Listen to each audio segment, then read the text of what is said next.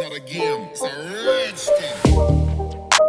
What's up, y'all? This is Tasha. I am back with another video, another review of Love Without Borders season 1. We are on episode 9, and I didn't realize the season finale was next week. Like, most of these people are still only halfway through, so I guess we're gonna run through the other 45 days next week, and this show is gonna be a wrap. Now, I ain't quite mad at it because let's not drag it out unnecessarily if we don't have to, and it don't look like none of these couples working out anyway. So again, let's not drag it out if we don't have to. Okay, before we jump into the review, y'all know the drill. Like, comment, subscribe if you are not already subscribed. Now let's jump into the review for this week, y'all.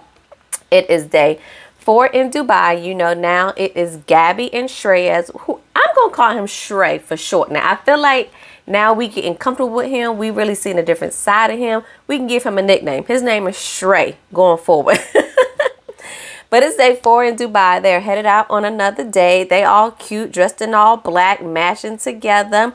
Shreyas lets us know that you have to have a license to buy alcohol. So he was like, so you can buy alcohol because you can use your passport, but I have to have a license, which is almost like getting the driver's license. I was like, what? Dubai and these rules, Jesus, my goodness.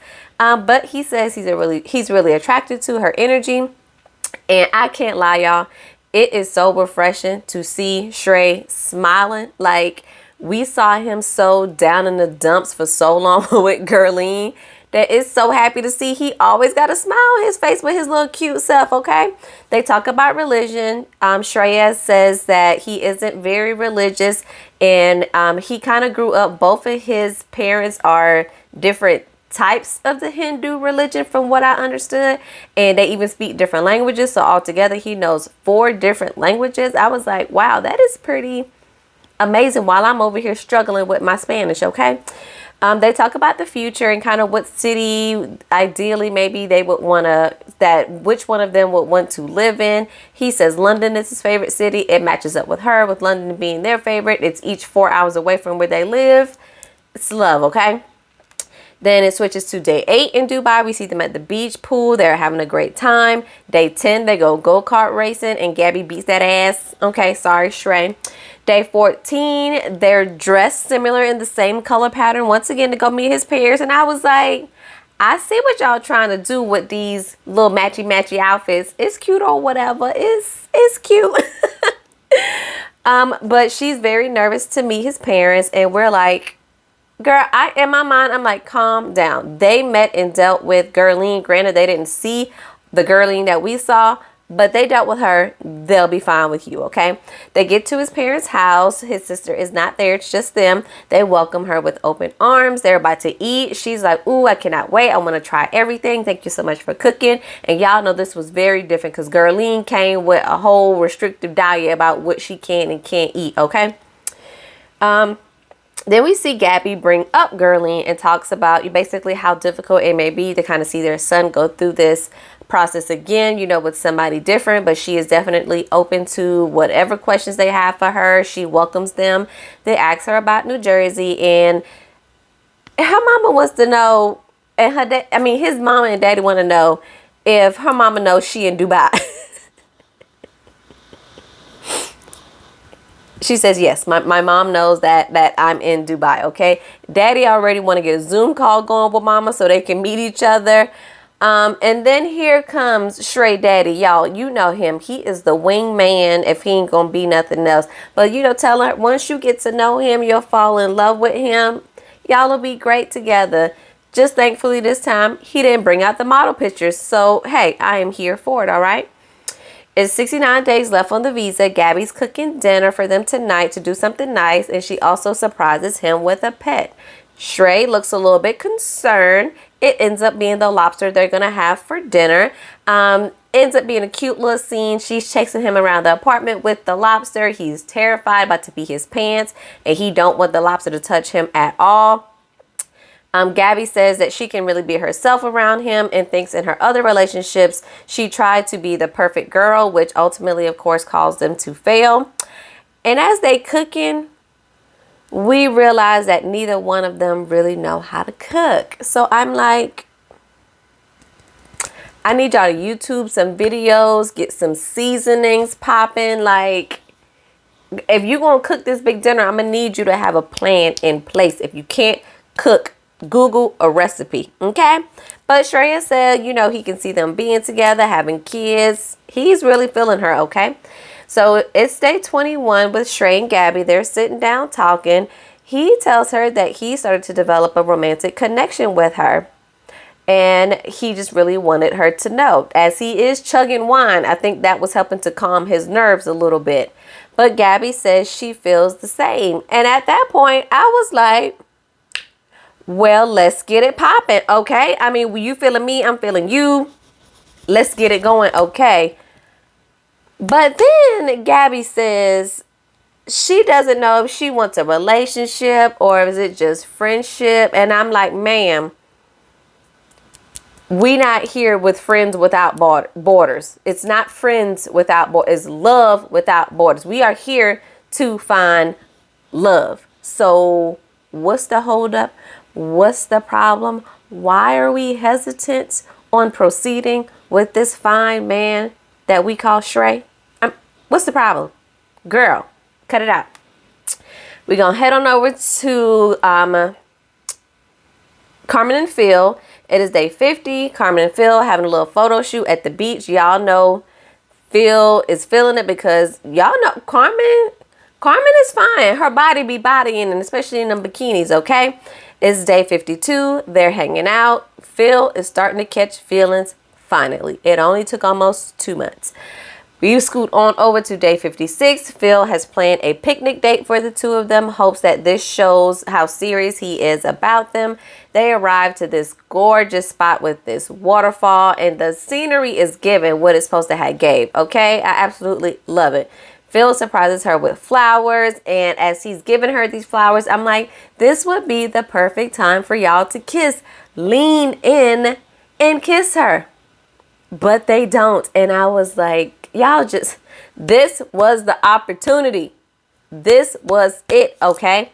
They get in the water. Carmen says they've been in a good place lately and it really feels good, and that they can be friends. And I was just like, so have you friend zoned him?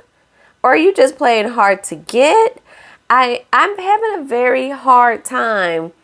Or is it just because y'all have not got it popping that you are feeling some kind of way and you are now categorizing him with the friend zone because you haven't gotten the D? I'm a little bit confused.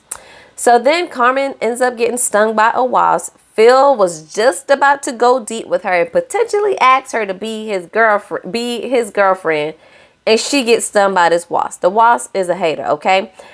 But also, I really wanted Phil to make a move when he had the opportunity. Like, Carmen gives me the vibes that she wants a man that's just going to go for it. And if Phil just went for it, she would definitely reciprocate. So just stop beating around the bush, Phil, and give this girl a kiss at least.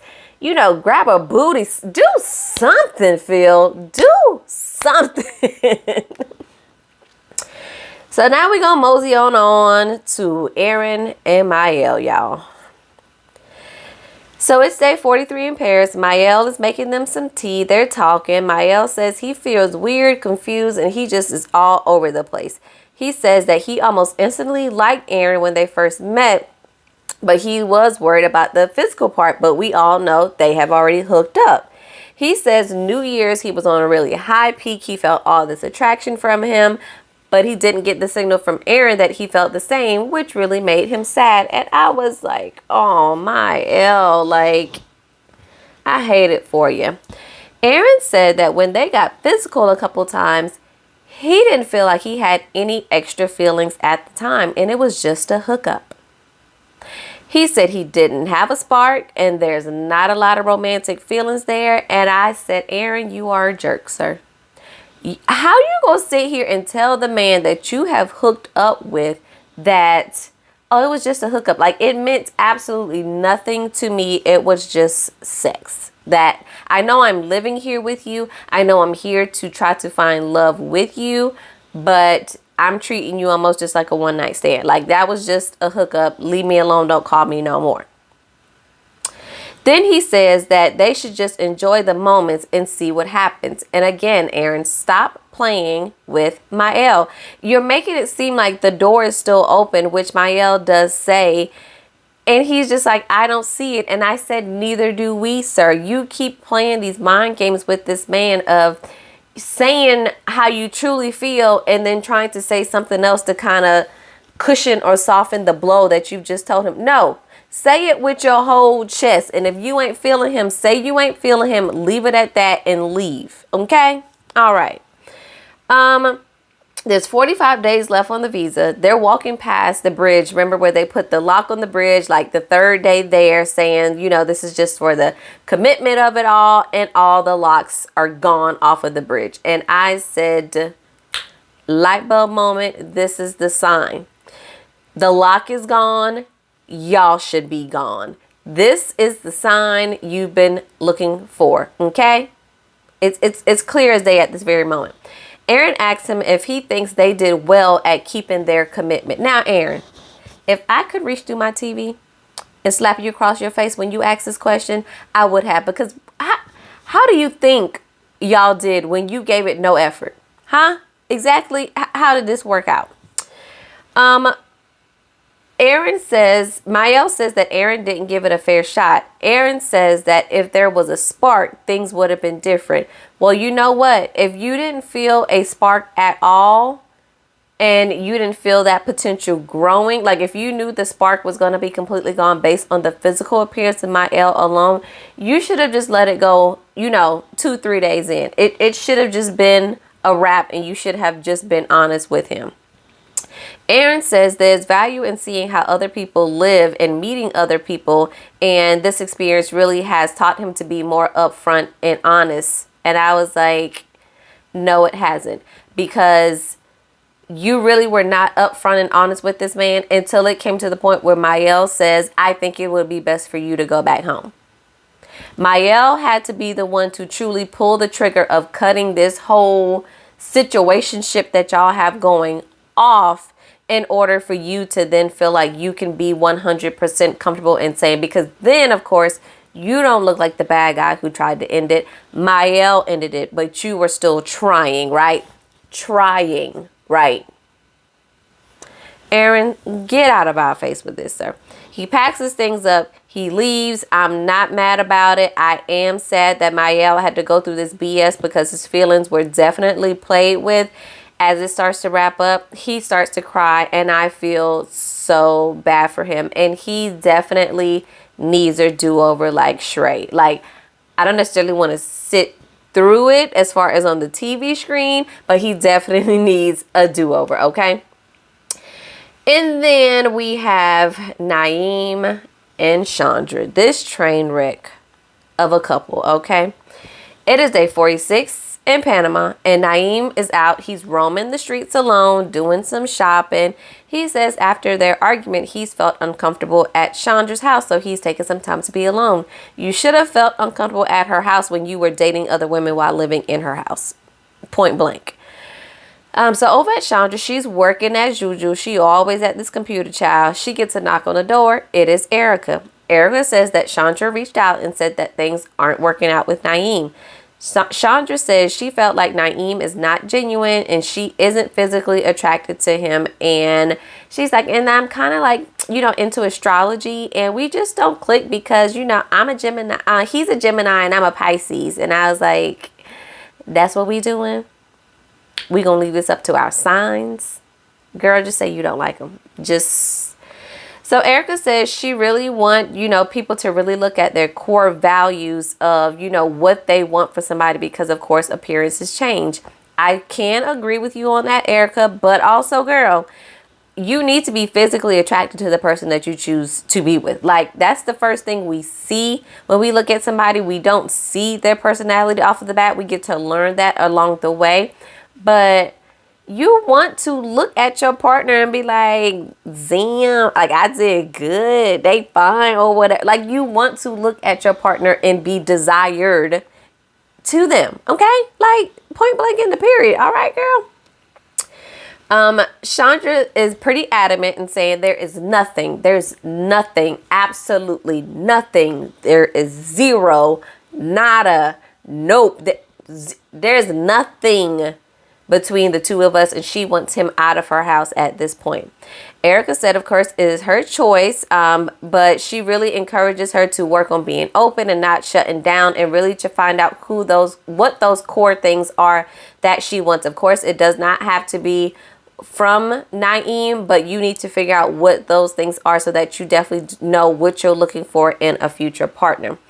Erica says that Naim did come with his big open heart, and Chandra just wasn't open to receiving it and just kept shutting down.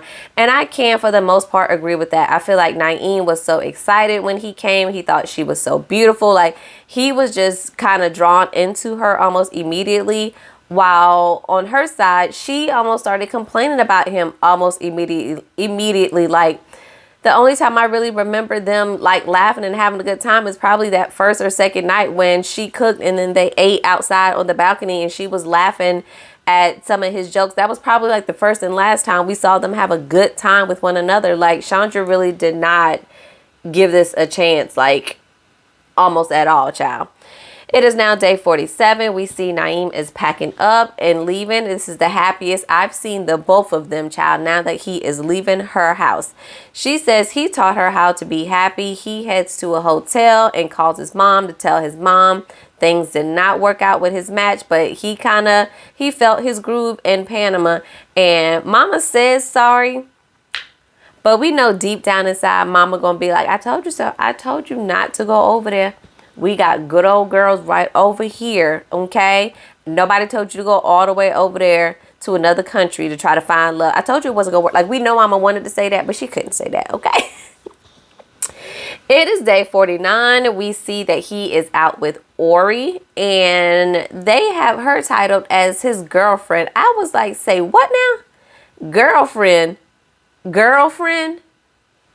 I think that's a bit of a stretch, but here we are. So it's day 51. Naim, he's trying to look cool, y'all. He got his sunglasses on. It's a sunset happening. He got his glass of wine. He cheers to the sunset as if he's about to get his Rico Suave on. Like, he's about to get it on when his date shows up, okay? So Ori walks in. She's absolutely gorgeous, but we see them the day before. They're talking. We find out that I think she's a physical therapist and she works with kids. We know he's in social work, works with kids, so that definitely aligns with what Naim currently does. We learned that they met on a night out, and he was just like, I saw her dancing and I was like, I got to get to know her. She said she saw him and she was like, I was praying, for a man that night. So she says that he has a lot of the qualities that she is looking for in a guy. And he says that she has been a God sent and that he can be himself around her. And he's just really going to step out and take a leap of faith and see where this goes. And I said, well, I guess we here to just get a couple any way we can find it. We just want love without borders. We don't care if it's with the person that they sent you over there to see. All right. And we wrap it up with talking about Dana and Brian. This train wreck. Okay. So it's day 45. Dana and Brian are out at a bar. It's some guys playing music. So, of course, y'all know Dana's little musical self. She is going to jump right in, start playing the guitar, singing. Brian is like, oh, it's so attractive when she's in this element and I'm happy. And I had to give this a hard eye roll because I'm like, why does it seem like this girl needs to do, tricks and talent show things to get you to like her? Like, yes, she sings and plays the guitar, but why is that the only time you say you feel really attracted to her? You realize she's not going to sing and play the guitar 24/7. You do realize that, right? Dana says it feels like they are connecting and on the same page, and she says it feels good. We'll see how long that lasts. Because then the bartender turns around and says, if you can't lift her, don't shift her. Ha, ha, ha. He starts laughing. Ha, ha, ha. Us in America, what the hell does that mean? If you can't lift her, don't shift her? So she asks Brian, and Brian basically says it means if you can't pick her up, then don't kiss her. He still thinks it's completely hilarious that the bartender says this, and he keeps repeating it as if it is so funny. Dana doesn't find it funny, nor do I find it funny. Because what do you mean? What if you can't lift her? Don't. This makes no sense. Anyway, it's day 46. They're at the farm. They're picking up some vegetables to bring home. They then sit and talk for a bit, and Dana brings up the joke from the previous day. And he says, I'm not trying to be derogatory or anything, but, I didn't say it. I just laughed. Okay, so your laughing means you engage in the behavior, or you agree with what was being said. So let's not deflect and act like it's not a problem just because it didn't come out of your mouth physically, okay? He says, I have no problem with your body. I'm really attracted to you more now. On a scale of 1 to 10, I'm now at a 5, where before I was at a 2.5. The way I would have cursed this man all the way out, went back to his house, packed my ish, and would have left in this very moment. In this very moment. I would have already left before, but if I needed something to just be the final straw, that would have been it. That would have been it for me. Dana says that, I'm confused because, he does relationship gestures like, being sweet and holding my hand. And then that don't seem to match his feelings. So he's constantly doing this flip-flop and she doesn't know what to believe. Girl, believe what he's saying.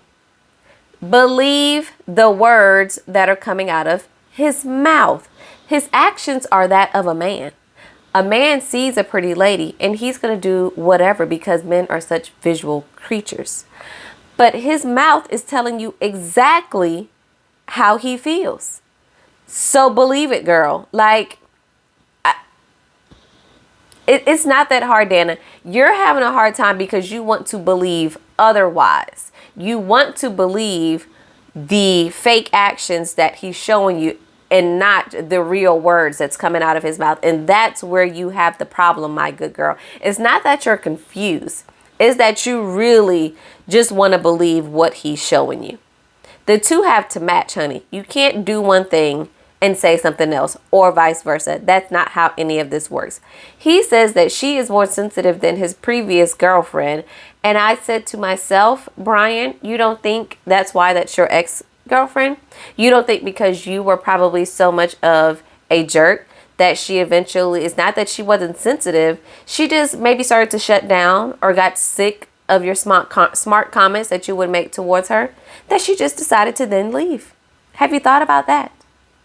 Just some food for thought, y'all. But that is how the episode ends. Like I said, next week is the season finale. And child, I hope Naim is getting on his knee to ask her if he can stay here with her to continue to get to know her. Because if he is proposing, child,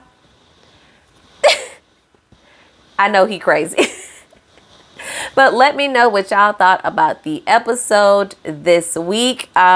Next week, that's it. I really hope we have some type of reunion. I'm not hopeful since this is a brand new show, but it would be amazing if we got a reunion so we can see how things are now. But drop your comments down in the comment section below, and I'll catch y'all next week. Peace.